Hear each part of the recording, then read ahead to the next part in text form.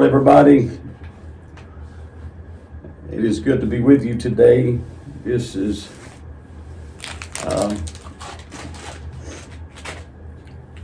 it's been a very, very stirring day in the Lord. I want to share something with you today that just really stirred my soul up. You know, sometimes you wonder why sometimes God shows you things. And you often, when you're a minister or a seer, a prophet, or someone, you oftentimes you get ridiculed and really go through a pretty good bit. Because it's almost like sometimes people wants to blame you for just even seeing things, you know, and what God does often a lot is the things that you see is things that's going to happen in the world. You know, the prophets in the Bible, Jeremiah was known to be a weeping prophet because of the things that he was seeing. And I know through my past, the things that I've seen has just really has tore my heart up in a lot of different times. And it's, you know, we're mediators, you know, between God and man. You know, Christ Jesus is the great physician. He's our mediator. He's our everything. And he has made us liken unto that. We're ministers of the gospel. We're ministers to be like Jesus. And a lot of times when you see things, a lot of people gets upset wondering why you see it. Why? I've been asked, well, why didn't you tell this? Why didn't you warn that? And at the same time, the same person will fuss at you for warning you. So it's the dang if you do and dang if you don't sometimes when you see things. And God's, you know, the eyes of the Lord is always, there's nothing that God don't see. But one thing that I've often said is we often wonder why things happen. Why did this turn out like it did? I know when I lost my daughter, I asked God why. You know, and through the years I've learned something that as much as we would like for God to control everything, He don't. I know a lot of people thinks He does, but God don't control every detail. He gives us that freedom to be able to do as you want. And you can, I've even often said, you can even go to hell if you want to. And it ain't that He wants you to. He don't want you to. He don't want anybody to perish. But, you know, God gives us our own will. He makes us a free agent that we can do what we want. We can live like we want. And He's not going to stop you. He's not going to make you do something. He's going to give you the choice to make your own mind up. And you're going to freely decide about different things in your life. And I believe, though, that prayer changes things, and it can make things to where God will move in your behalf for prayer for someone. But we so many times we wonder why things happened. And it's not always that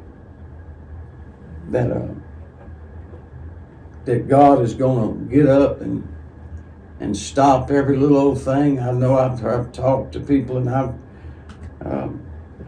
heard people that believes that way. They believe that everything is just already factored out into everything. Well, it's not. That's why God give us a freedom to be able to, when he put Adam and Eve in the garden, he gave them a freedom. He could have stopped them from doing what they did, but he didn't. He told them, he gave them the choice, don't eat of that tree. But they did it anyway. And I had something last night that really, really just broke my heart. And I've been really, really tore up this morning, weeping and just crying and praying.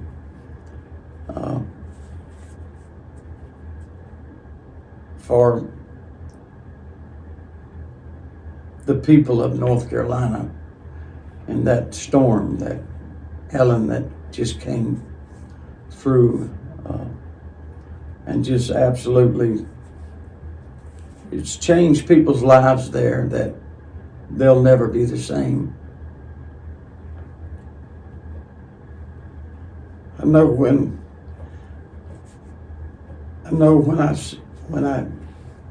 my daughter had come in the hospital, and her head was swollen as big as a basketball because she'd hit a tree. She'd come out the automobile, and her head hit a tree. And I thought, oh my God, I just went to a panic. And I said, Lord, she's not going to make it.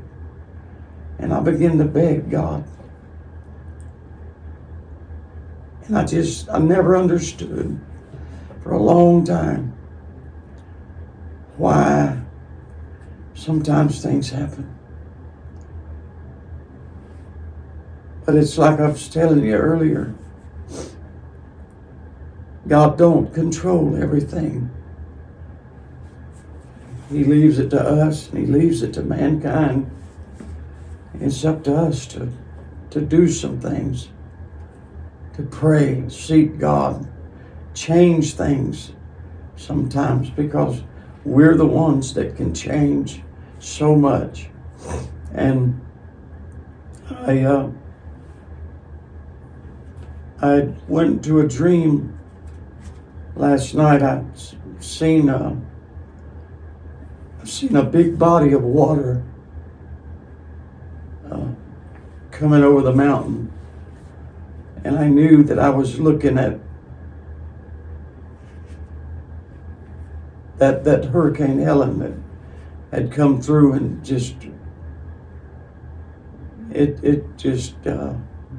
it took people's lives that they'll never be the same. Never be the same. People that's lived there for years. Not just the material things, but to watch your whole life just get swept away in a flood, mud, rain is devastating. But we were up there in August, and we had rented a boat to go out on that river there. And on down a little bit, I went into a vision, and I seen all the houses and all the being swept into the water, and a big hurricane flood coming out and just destroyed.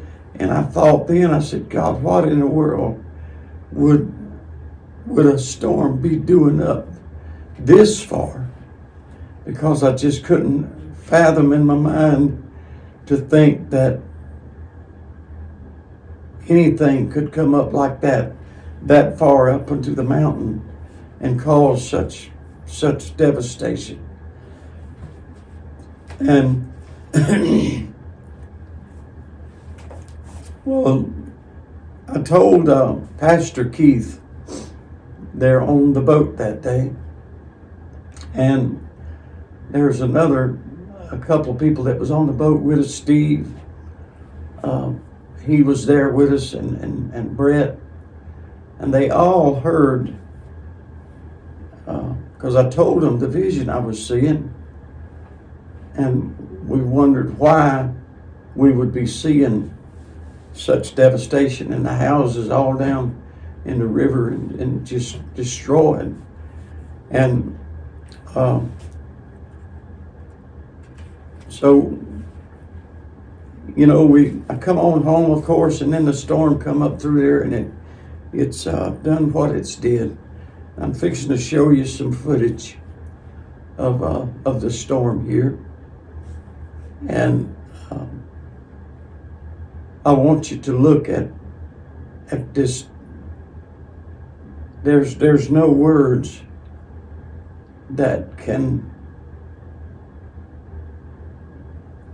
make things right sometimes for the people that's hurting and up in North Carolina. And I seen in this last night, the Lord, I seen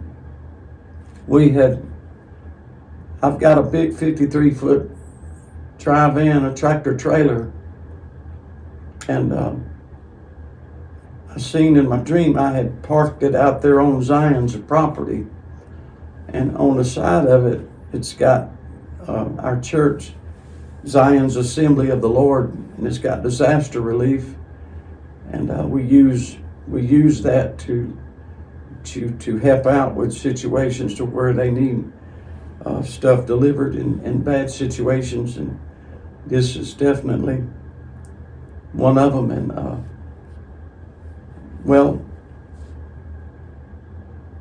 I'd seen that this, in my dream, the trailer was backed up there, and there was people bringing items for the people up there, generators. I mean, some really good stuff that it would help a little bit. There's no way that it can replace the lives of people, but we was trying to do what we could do to help them. Even now, it's easy to forget people when things is going good for yourself. But I seen in a dream, we loaded it up and we carried it up around Black Mountain. And I know in that area, it was hit really hard up in that area right in there. And we was carrying it up loaded with stuff that would be a help to make help to people get by as they try to piece their lives together. And but there's people, they've lost their children, they've lost their loved ones. We sent some of our people up there with us, with the ministry. They went up and they joined with Samaritan's Purse, Franklin Graham, Billy Graham Foundation out of Charlotte, and went up there with them and to try to help. But the things that you've seen is just absolutely devastating. I'm going to show you some footage here and let you see what happened up there to these people. And after this, I'll be back just for a minute. Look at this video. Look at this stuff that's happened. God help us. I'll be right back.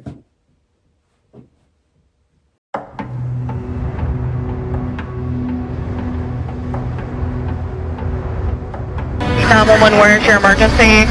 I'm in the middle of the flood. We've got a little girl and a woman trapped in a trailer, and the trailer behind them just broke loose. Please send somebody to come get me. 2 seconds ago, I thought we were gonna survive. Now I can't breathe.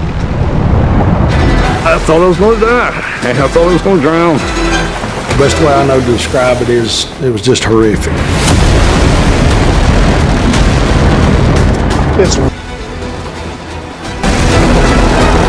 What we see now is probably the largest civilian air operation put together in history.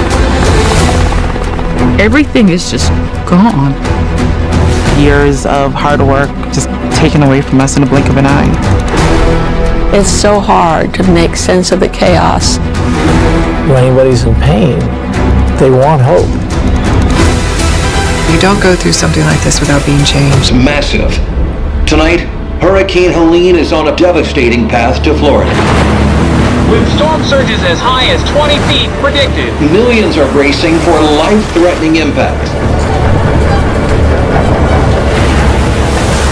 My husband lived here 23, 24 years and never had a flood before.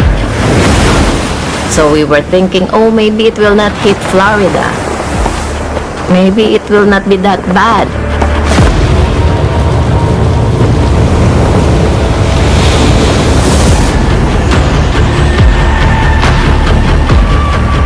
Look at the breach here. Wow, major flooding. And then as it makes its way into the Appalachians, more flooding possible. We're looking at anywhere from 10 to 20 inches of rainfall. We're in the mountains. There's no tornadoes, there's no hurricanes. When I was hearing the reports, it felt like the worst case scenario was a puddle, a basement flooding, normal things. There's no way it's going to be that bad.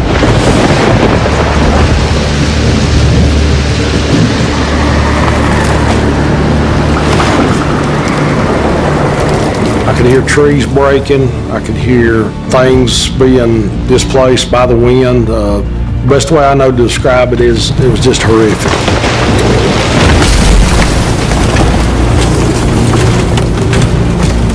So I was at the house with Mike and my 7-year-old and my parents, and my son was more excited than scared. We started to watch the water rise. The worry started to set in when they said the dam was going to break. The water was rising so quickly. It's like a blink of an eye.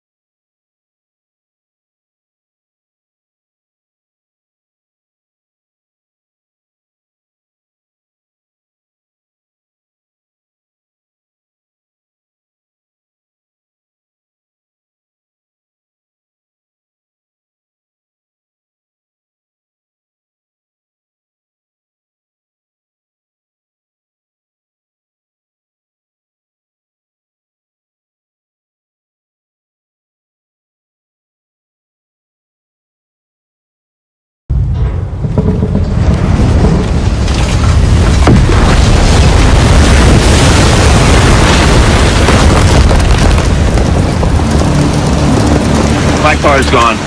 Okay, it's okay. Everything's gone. Probably within just 2 or 3 hours, we can see 90% of our house underwater. At that point, I wasn't even thinking about my house. I was just praying that I make it out alive.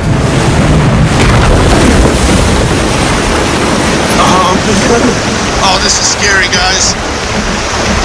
And I've already called 911, and there's nothing they can do. I thought I was going to die. I thought I was going to drown. It was very scary. Look at the house. Yeah, I see it. That's going downstream.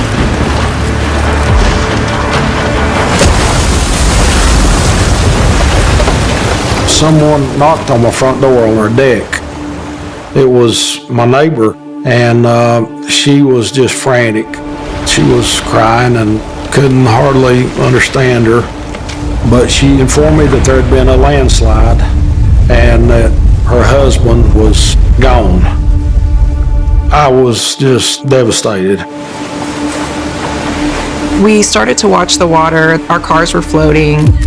We knew we were trapped at that time. I had called 911 and she said best case scenario is to get on the roof. That's where we would be safe. I had to get my son out. My parents being 73, of course, I had to help them.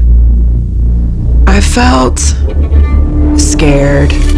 We had reached our last hope up on the top.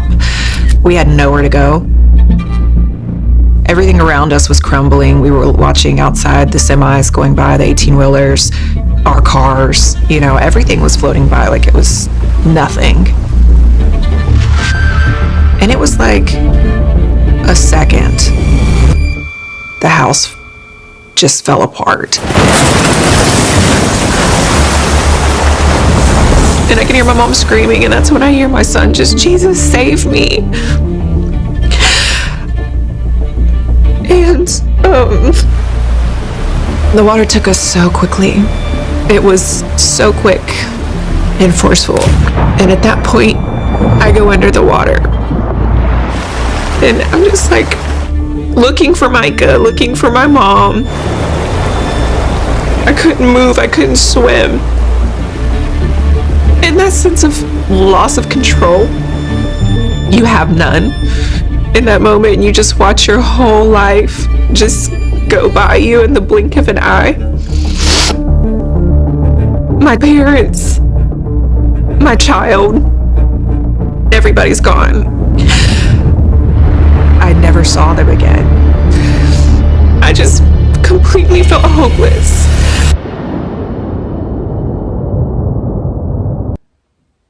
Is that not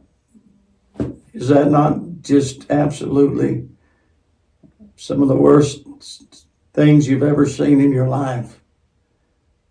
That the people that they've lost their children, just their houses, they got up on the roof and there was no way they could even, the house broke all the pieces up under them while they was on the roof and swept them in the water and all kinds of things going on. And but I've talked with Pastor Keith out of the area of Hickory, North Carolina up there, and he has been heavily involved in getting the people's things up there, and I've been coordinating with him. We're going to bring our tent. We're bringing our big tent up there. And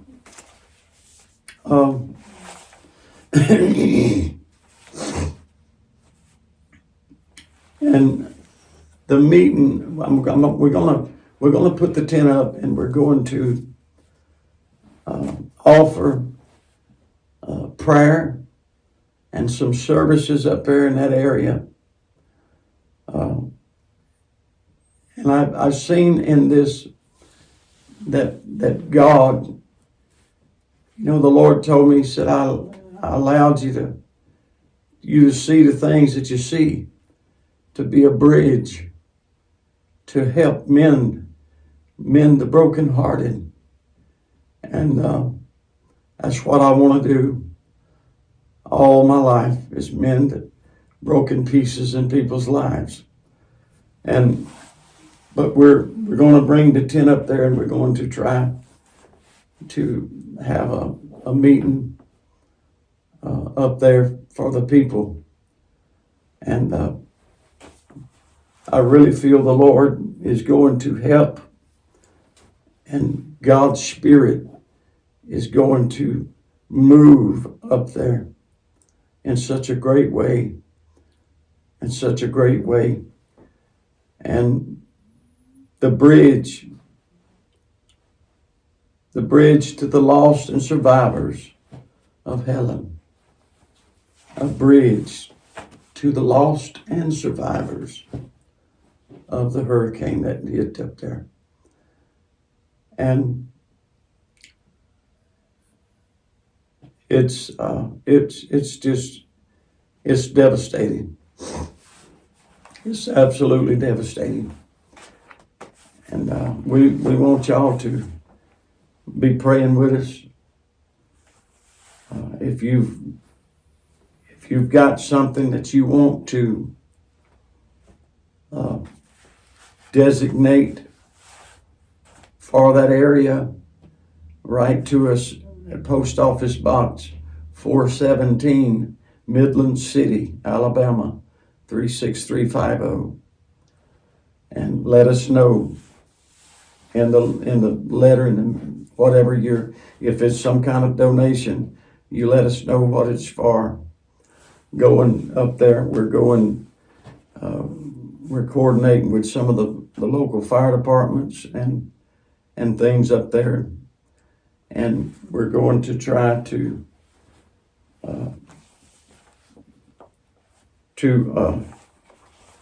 bring some help with the Lord up there, and pray with these people. And I believe God's Spirit is definitely going to be poured out in that place. But the Lord told me last night in this visitation, that I allow you to see the things that you see sometimes, that you'll be able to know that you'll be able to feel the feeling. You know the sorrow. You know when someone says that they've lost their daughter, I know that pain. I know what it feels like. And the Lord sees your sorrows. All of you up there that's in the Carolinas. We pray that God would soothe your heart, touch your soul, help you get through these times in life, because we're coming to do our part. We're going to bring